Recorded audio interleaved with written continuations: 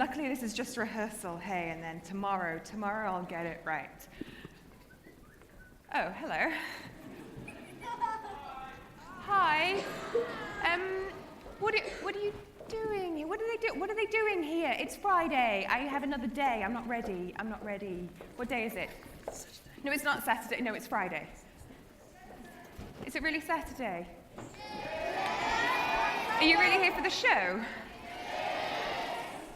Right.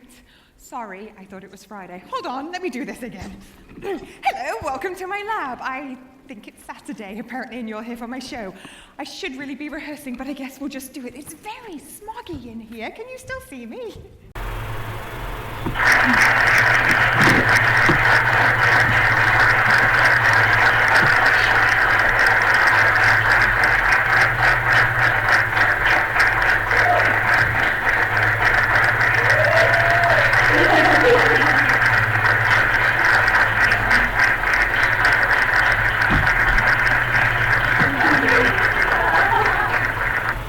Here for next speaker here, Michelle Dickinson. So Michelle has a background in materials engineering and materials science.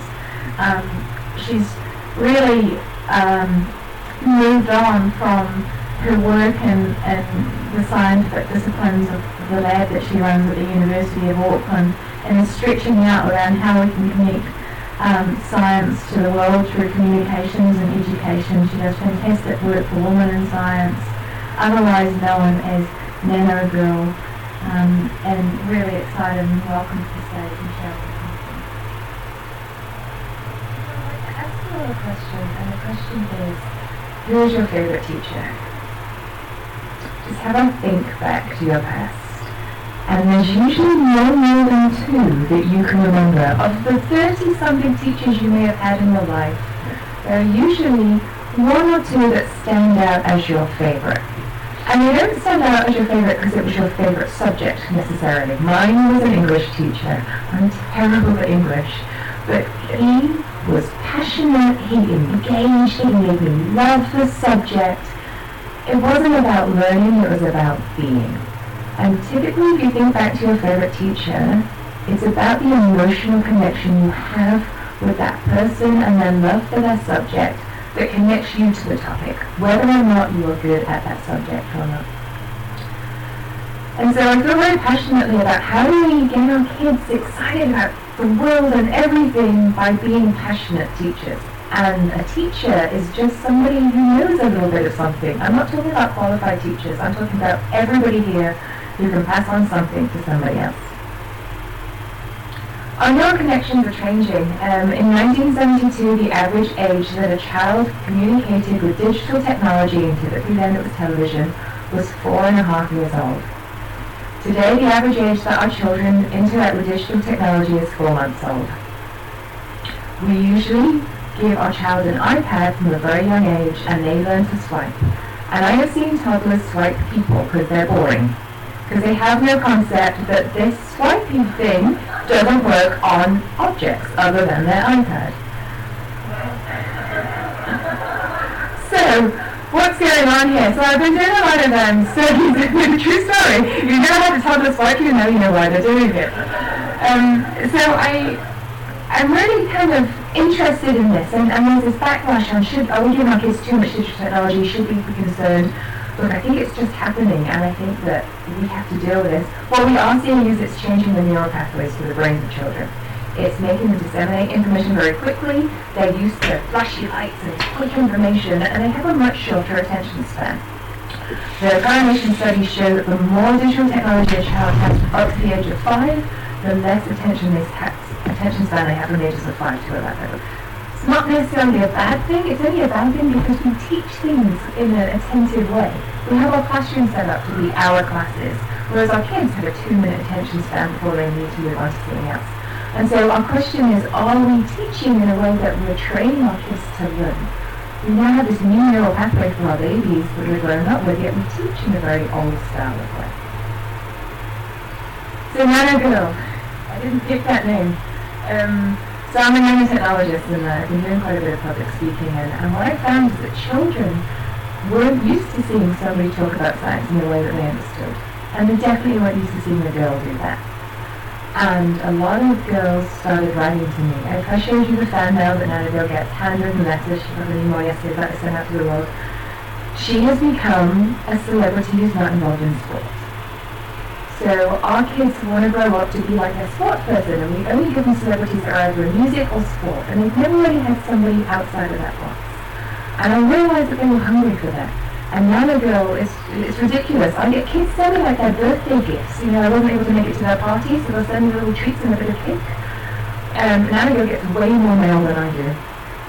And the kids know me, so Nanogirl just sort of stuck. Kids are like, hey, it's Nanogirl, and that's sort of become this thing that kids are aspiring to be like. She's a scientist, she does cool stuff, she blows things up, she's not intimidating, she doesn't use long words, she explains things. I do quite a bit of kids TV as well as regular TV. And I realized that our kids actually have a hunger for science, but are also very intimidated by science in the classroom. So how do we educate what is traditionally an intimidating male subject in a way that everybody can understand? And I realized I have this massive girl following. And this is interesting because I'm an engineer. I don't work with girls and I don't play with girls and I don't see girls in my environment just because there aren't many girls in engineering. And yet, whenever Nanogirl does something in public, like I do public science events, it's 80% girls coming. And this is not the demographic of what we see regarding studying. I don't see lots of girls studying engineering, science, maths. And yet at this age, so up to the age of about 12 or 13, girls are following Nanogirl everywhere. And I got thinking about what's your learning style. There are 4 basic learning styles, and you have one that you're strongest at. And so there's visual learning, there's audio, do you listen, R is writing, do you write, and kinesthetic, do you touch? So I learn through visual and touch. I like to touch things, pull them apart, see them, shape them. And what I found is school is really hard in the science subjects and maths. And that's because they're typically taught by theory. You write something on a board and then you're supposed to remember that. I didn't have hands-on maths. And found maths really difficult because I'm a hands-on learner. And so what I've been really trying to do is create a situation where you teach and you learn in all 4 styles. So you typically teach in the way that you learn. And what I found is that I was taught by males who are theoretical, auditory learners. So they speak at me and expect me to remember that and understand that. I want them to throw something at me, I'll take it apart and I give them back and they're like, oh, I get it. And what I've realized is that we're losing a lot of girls, especially in the science subjects, because we don't teach it in a way that's hands-on and visual. We're very much like, here's the textbook, write down this mathematical problem, derive it, and what's the answer? And there's no final application for them to figure out where that fits in the world. And where do you live? In the UK this year, so September last year was the start of their term, the UK has now changed their law so that every child from the age of 5 to 16 now compulsory has to learn to code. By the age of 11 in the UK, each child will be able to code in 2 separate languages. We don't do that here, we don't do that in America.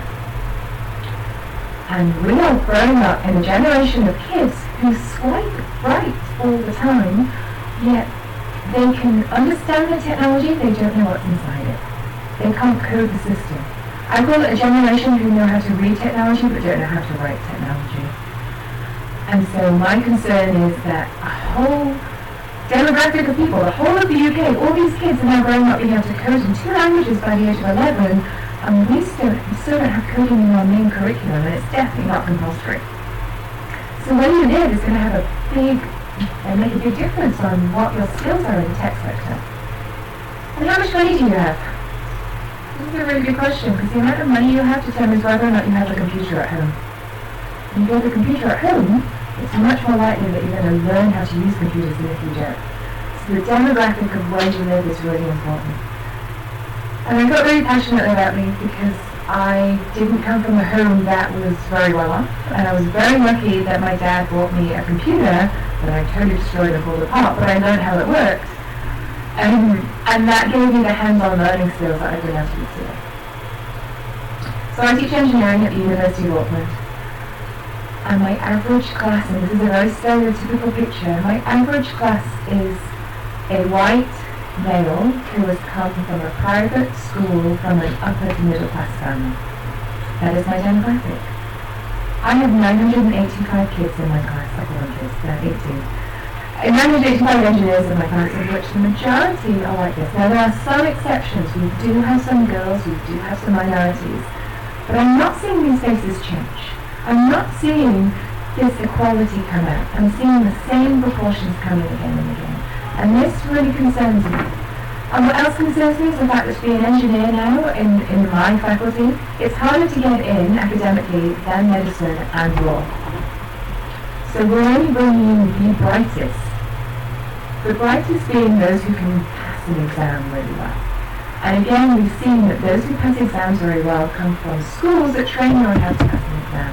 And those tend to be in rich areas and those tend to be private schools. The poor kids are missing out, not because of their fault, not because they're not smart, because the system that they're taught in is different. I want to change this model. We have a shortage of people in the STEM subjects, and what we're doing is bringing in more of the same.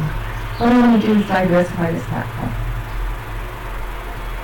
So Born Roselle, who may have met yesterday, he's the CEO of Lend, and myself, we put our heads together and said, this is broken. How do we fix it? And so we've co-founded a charity together.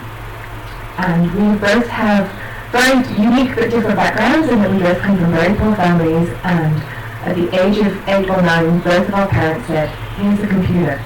We don't know what to do with this, but we know it's going to be important to your future. Do it. And we both learned to code at the age of 8, and I also learned to solder and take apart things. And we started this. This is Tech Rangers. This is OMG Tech. And this is what we're trying to do to help change the world so that kids can have more access to technology education no matter what your demographics. So this is my childhood and woman's childhood, basically soldering stuff at the age of 8. Being creative, being hands-on, burning your fingers, learning how to code in DOS, which was before the internet. And just generally playing around and having a curious enough nature and enough mentors that we could ask questions to. This is before the internet, you could just Google an answer. That we taught ourselves to code and we taught ourselves to build circuits. And we've both become very successful in our independent careers from very poor backgrounds. And we wanted to be able to find those kids who came from backgrounds like us and be able to be their mentors.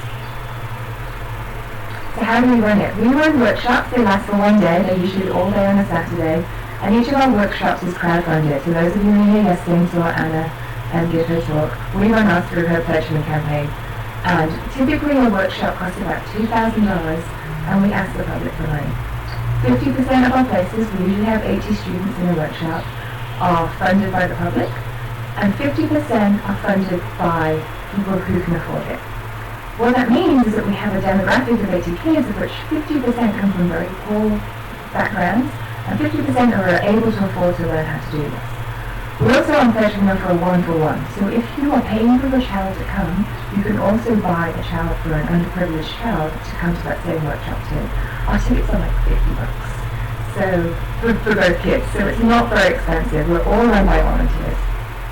And we've successfully crowdfunded every workshop we've done, and we always raise more money than we need, which is great because then we put it into more resources for next time. So the community is on board, and we run them in areas that are very, very, really struggling. And what we do is we talk to the library network close by, and we say, because there's 3D printers that you can move around to different libraries, and we say, please can we put the resources in this area so when we leave, the kids still have stuff behind. All of our electronics are donated, so I ask all of the corporates, they usually have a 2-year cycle on their laptops, and then they put them in new ones. So I say, instead of going to e-waste, please can you donate all the laptops that you have that are 2 years old to this. Because we have kids who don't have devices, and you can't practice if you don't have a device. And all of them is like, oh yeah, we were just going to throw it out. Here, have this. 2-year-old max are what we're getting for our kids to be able to learn that. What does our funding go towards? We bus your kids in, because we understand that on a Saturday your parents may not be interested in your education, and this may be too hard for you. So we make sure that you have safe transport to and from our venue, and we feed you. And we feed these kids food that they've never seen before. Fruits and vegetables and healthy things, and they complain and they whine and they're like, oh, I'm not touching this is not chips. And we're like, well then you'll go hungry. And then they see somebody else eat this beautiful piece of fruit that's organic. And we're like, alright, I'll have a bit. And by the end of it, all these kids are exposed to certain types of foods that they may have never had before. And we explain the importance of nutrition to their brain. We explain the importance of good food for good learning. And by the end of it, they usually pretty good, but they do resist at the beginning. These are kids who are brought up on fatty, fried, and processed foods who don't have whole grain vegetables that are organic. So as part of our process, we're not just teaching tech, we're teaching about nutrition and how it's important to run your body as a well-oiled machine, which includes your intake of food, and a little bit of understanding about food. So what do? We run 6 different workshops, and they're an hour each. And so the kids just do a workshop and rotate, and they have 10 minutes in between to stretch and run around and they do crazy things. We teach robotics. We teach you how to build a robot. We teach you how to program a robot. We teach you all sorts of things about robots. Kids start with nothing, end up building a robot within an hour. We teach you how to code. We teach you how to code in an hour using Scratch so that you can build the game Flappy Bird. You can change it from a bird to a bat or whatever you want. Within an hour. Kids go from no programming skills to be able to write their own game and app within an hour. We teach you 3D printing. We teach you CAD. We teach you how to draw a shape. And then we get you to send it and watch it on a 3D printer be built. Kids go home with something that they've designed and they've made. We teach science. We teach all sorts of science. We blow things up. We teach science about the body. Currently I'm getting kids to run around and measure their pulse rate and talk about exercise and how our body flows with blood and other things. And we have my favorite space, the breaker space. This is where you take an electronic something and you pull it apart. And you see what's inside. Because kids aren't allowed to do this anymore. If you look at your smartphone, it doesn't have screws on it. Kids, I grew up taking things apart and figuring out how it worked. But we have this generation now where everything is so sealed you can't open it. And so kids don't know what a circuit board looks like. They don't know what's inside their phone. They don't know what's in their iPad. They've never seen the inside because you get in trouble if you try and open it. So we give them like plasma TVs and all sorts of things, hard drive computers, we give them a screwdriver and we're like, go explore. And this is my favorite space. Because kids have the freedom to touch, to eat, to feel, to ask questions and to break stuff and never have to put them back together. So how do we do this and where do we see our vision? This is all open source. So each of our workshops now, we've written the curriculum for so that anybody can run a workshop. We don't want this just to be us, we want this to be taken out around the world. So 3D printing. If you have access to a 3D printer at your library, for example, we will tell you exactly the free software you need to download, how to do it. You don't need any experience in 3D printing to be able to run our 3D printing workshop. Same goes with Scratch. We have all of the step-by-step instructions so that you, as somebody who's never coded before, can still mentor these children in coding. So we've written this what I call a recipe book for our workshops. So our volunteers don't have to have any experience, you just have to have passion. And if you're really stuck in trying to find your electronics, we will help you do that. But usually you can find a local company or someone that will host you that will have computers. Your local library you can have a 3D printer put into temporarily if you live in New Zealand. And the science stuff is all kitchen science. So I'll show you in a minute, but it's marshmallows and it's baking soda and it's stuff that you can buy without needing a permit. So we didn't want this to just be ours, we wanted this to have access to especially rural communities where they don't have a strong science in their school. And I just want to show you some pictures of this. The kids look like they're engaged. These are kids from very poor schools, usually who are getting into a little bit of trouble at school. They concentrate, we have no problem with kids running, distractions, they are totally focused. These kids are currently playing with CAD images, making something with a 3D printer. They sit quietly. We have these open source rooms, open access rooms, and we're worried that kids will like annoy each other if they're in different workshops. They're totally focused. This is a Saturday in their own time, and we do kids from the age of 5 up. They're totally focused. We have a mixture of girls and boys. Our demographic is 50% of those from what we will call poorer societies, 50% kids who pay. We have 50% girls and 50% boys, minimum. I don't run it unless it's 50% girls. Although all the pictures I've noticed are boys, I'm sorry. So now the photographer just takes random shots. These are all kids on posing, this is just kids doing what they do. We found that there's a lot of teamwork and building, and what we've been able to do is get kids who would never normally socialize because of their economic climates to make friends and to work together. Because there's no uniform, because you don't know what school these kids have come from, and you don't know how rich or poor they are. And kids are just kids when you throw them in a room together. And so now we've created friendships for life with these kids from very different social backgrounds. This is just them. Oh, this is them printing their stuff out in 3D printing. Girls helping boys, helping girls. There's no differential here on the gender, but nobody seems to notice that there's a gender difference at this stage. And what we found is that although we gave them all assigned individual tests, everybody wanted to work together. And so one person would gather around a computer and the next person would help, and actually have these teams forming just naturally, all trying to find the same end to their purpose. And we have girls building robots. This is one of my favourite robots to build.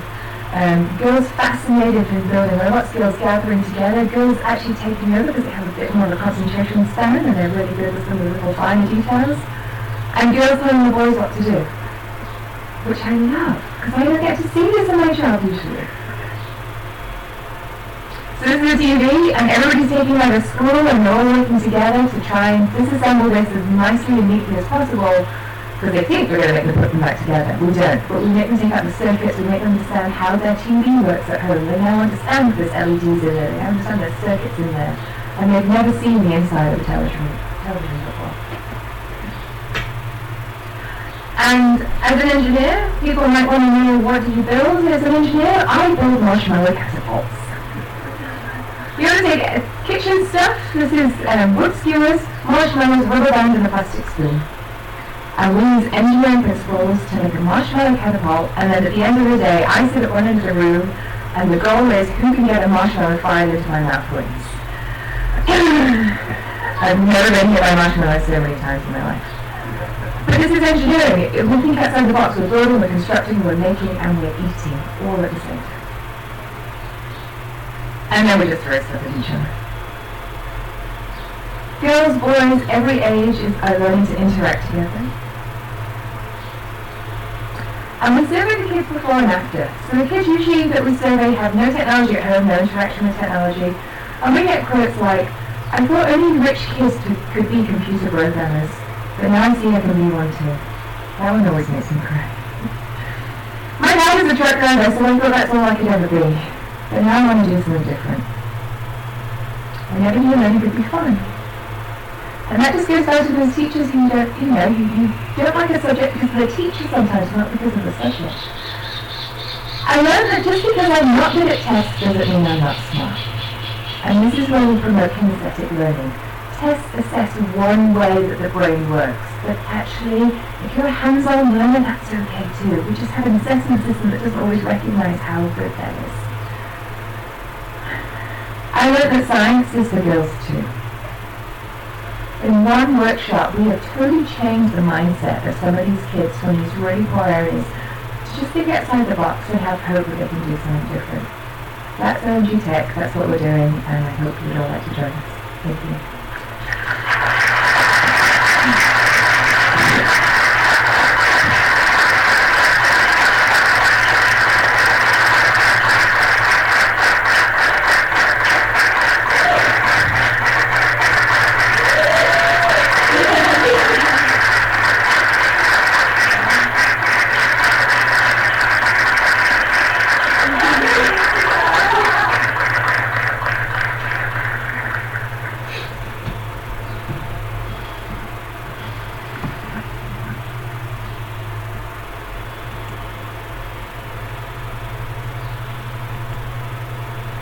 Help me with electricity.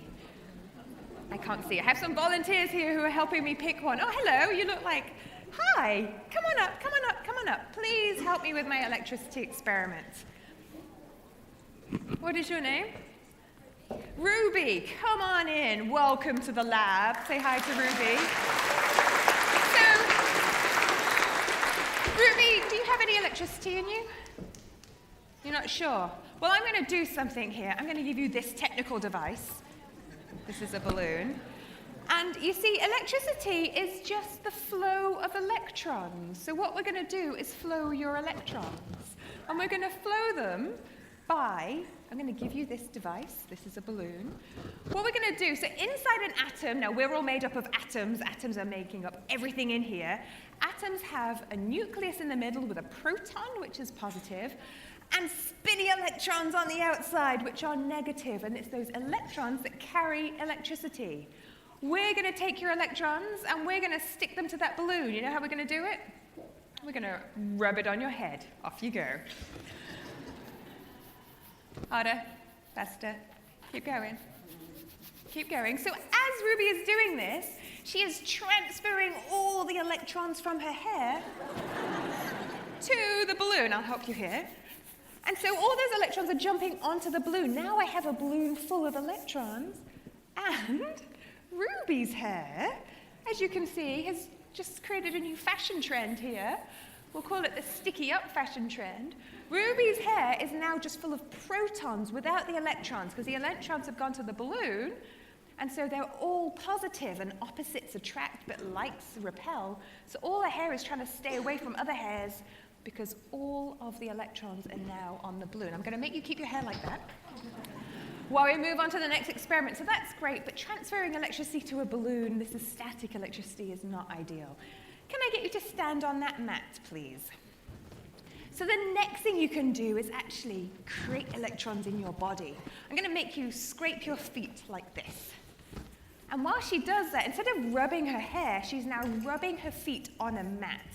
And what we are doing is transferring the electrons from the mat to Ruby's body. You are a mass of electrons ready to Earth somewhere. Boris? Boris? Good. You can stop that. Hold that charge. Now, you are full of electrons. I know you can't see them, but we all know that they're there. Boris, could you just stand by Ruby for me, please? No, yeah, it's all good. A little bit closer. Thanks. Ruby, I want you to take your finger, because you're full of electrons, and I want you to touch Gareth. Thank you. That is how you transfer electricity, static electricity, from Ruby's amazing experiment to the Earth. Thank you very much, Ruby. Give her a round of applause.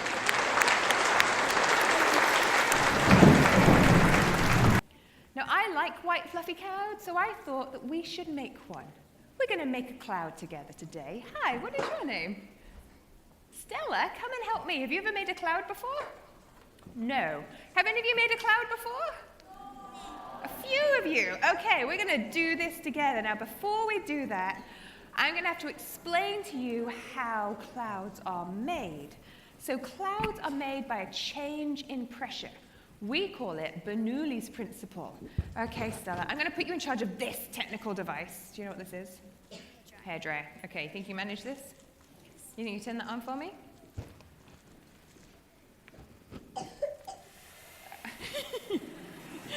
Okay, it's definitely on. I want you to hold it up like this. We're going to turn the heat off because you don't need to burn yourself. I'm going to see if you can balance a ping pong ball in that stream of air. You ready?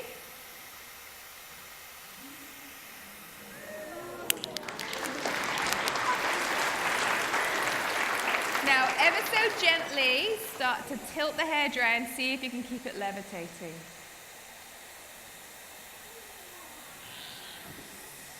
What about the other way? Stella, you're amazing at this. So Bernoulli's principle talks about how the speed of air controls its pressure. Air that's moving very, very fast is under low pressure. Air that is not moving fast is under high pressure. So all this air around Stella that isn't moving is under high pressure, and it's keeping the ping pong ball squeezed here. All the air that's moving really fast from the hairdryer is under low pressure, and so that's how this stays still. Thank you very much, Stella. Give her a round of applause. Well done.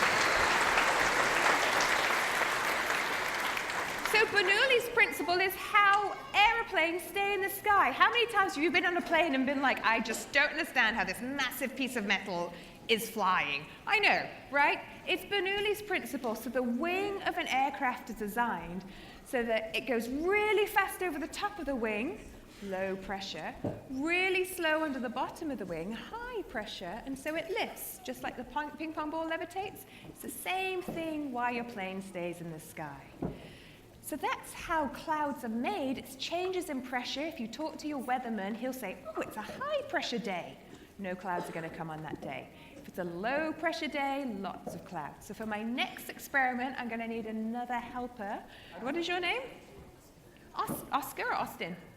Oscar. Come on up, Oscar. Now, Oscar, we are going to give you 2 things. And I know that some members of the audience have these 2 things too. If you have them, can you stand up for me, please? The 2 things you're going to have are a bottle, and you guys can do this at home. And what's this? An air pump, bicycle pump. And this is going to produce pressure, right? Can you feel that air? Okay, I'm going to hold the bottle, you're going to hold the bike pump, and we're going to put that into the nozzle there. Okay, has everybody upstairs who's got one of these, if you've got one close to you, take a look at it. We're going to create a high pressure environment inside this bottle by pumping. So we're going to do this together 18 times. Are you ready? Go. 1, 2, 3, 4, 5, 6, 7, 8, 9, 10, 11, 12, 13, 14, 15, 16, 17, it's getting hard to pump, 18, and release. And there is your cloud. And you can squeeze it out.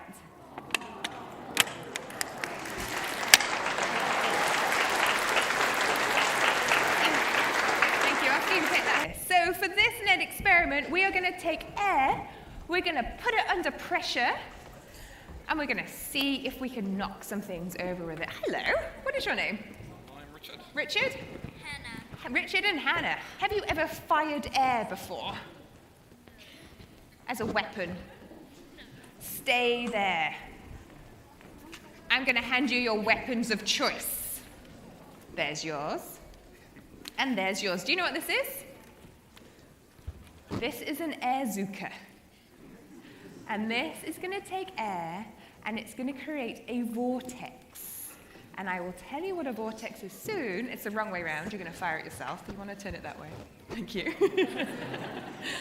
We're going to put air in here. There's already air in there. And we're going to fire it out because there's a little bungee cord on the back with a plastic bag. And so it's going to fire. So do you want to just fire at your dad? Is this your dad? No, this is a random stranger. Do you know this man? Yes. Who is he? He's my mum's boyfriend. Okay, mum's boyfriend. I'm going to have you fire. So pull this back and see if you can get him. Did you feel that?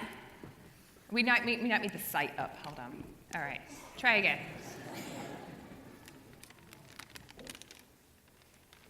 Ah, did you feel that? Yes. Right. Thank you. Come back here. We're going to test your skills. We're going to do child against mum's boyfriend, Richard. Stand here. And Boris? Boris, are you busy? Oh, hi. Yeah, I need that cup. Thanks. If you would just like to sit on the floor there for me. We're going to test your skills. You are the best out of 3. I want to see if you can fire this cup off Boris's head. Thanks, Boris. Okay, you ready? Go. Oh! One more go. That's it, get really close. Just get really close. Come closer. And stand there, that's good. One more go, Richard. Nice. Thank you. So you can see the power of the air because it pushes a cup over, but you can't see anything because air is transparent. So we're going to let you see the force of what you just made. We're going to put particles into the air via something that I love, which is a smoke machine. Are you ready for this? We're going to put your ammunition in here. Now, while we're setting this up, we're going to have a competition of who can fire the furthest. So my volunteers are going to be the measuring sticks on the end. We're going to fill it in. And Hannah, we're going to fill your one in. Cool. I'm going to have you come over. Are you all right? Have we lost you? You know what? I'll stand you there. Richard, if I can have you stand on the other side. We want to see who can fire the furthest. Are you ready? Fire. Right at those people. Yeah, that's right. Fire. Woo. Richard, fire. All right, how far did we go, volunteers? We're back there. Fire again, fire again. And again. Ah, baby one. And again. Who's winning? Richard, fire again. Who's winning? Who's winning? I can't see. Hannah's winning. She is winning. You're right. Another one. Is this a fun game? Now, obviously, if this is a fun game, I want to play. So hold on a second. I'm just going to get my Azuka out.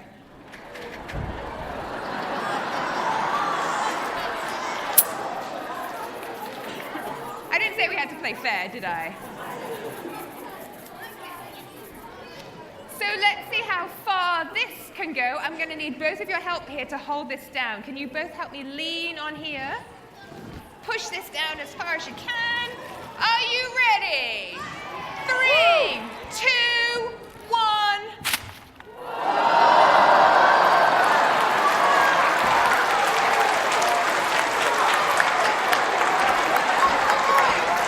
Let's let you guys have a go. Are you ready? 3, 2, 1.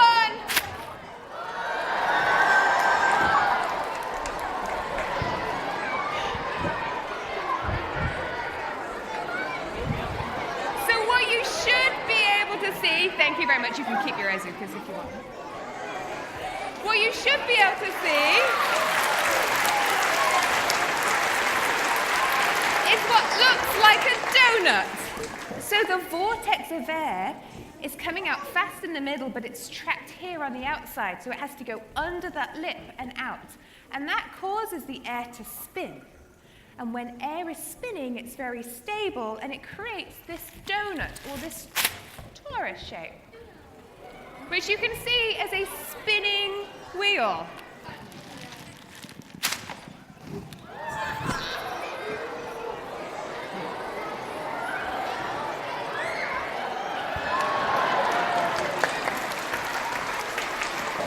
And you know that spinning things are stable because when you throw a frisbee, you don't throw a frisbee like this.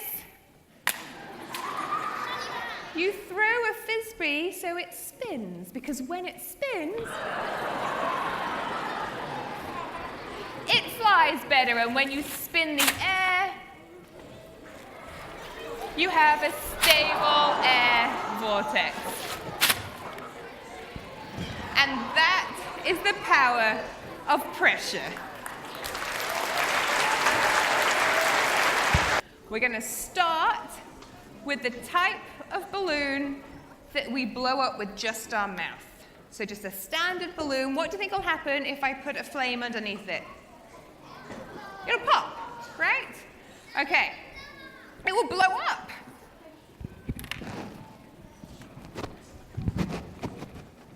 Now, if you don't like poppy sounds, you're going to have to put your hands over your ears. Can you show me that you can do that? Okay, if you do like poppy sounds, that's fine. I just hold that a sec. I don't like poppy sounds, so I'm going to put these big ear defenders on.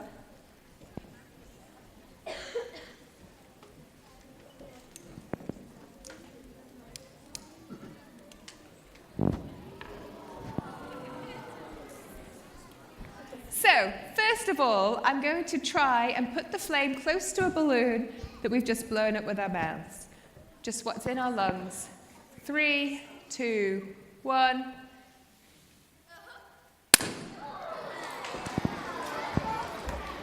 It wasn't too loud, right? But that's just the beginning. So now we're going to try a gas, and that gas is called hydrogen. And hydrogen is a very flammable gas. Thanks, Boris. And so if you don't like loud noises, please put your hands over your ears. Let's see what happens when we put fire on hydrogen. 3, 2, 1.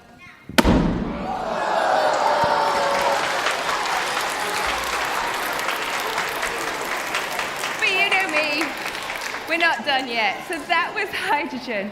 I'm now going to mix hydrogen with a little bit of air, and the hydrogen is going to help what's in the air combust. And so this is hydrogen mixed with air. So hydrogen, air. 3, 2, 1.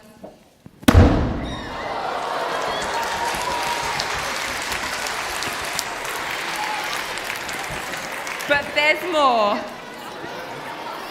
Because if you combine hydrogen and oxygen in the right concentrations, you might want to put your hands over your ears for this one. But if you take two types of gases and you mix them very well, you get 3, 2, 1.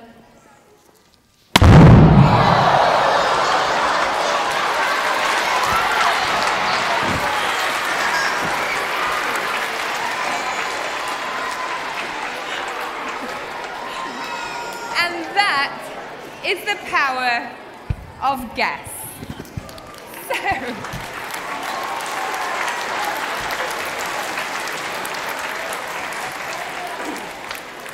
the question is, what would I do with that power? Because it's all fun and games to set fire to different balloons, but that's not going to get me anywhere. I want to take flammable gases and actually do something useful with them. So what do people do? Who said spaceship? Did you say spaceship then? More explosions. Well, I think that I might need to think of a way to contain that energy and do something useful with it. And so maybe I could make a space rocket. Because every girl needs a space rocket. 5, 4,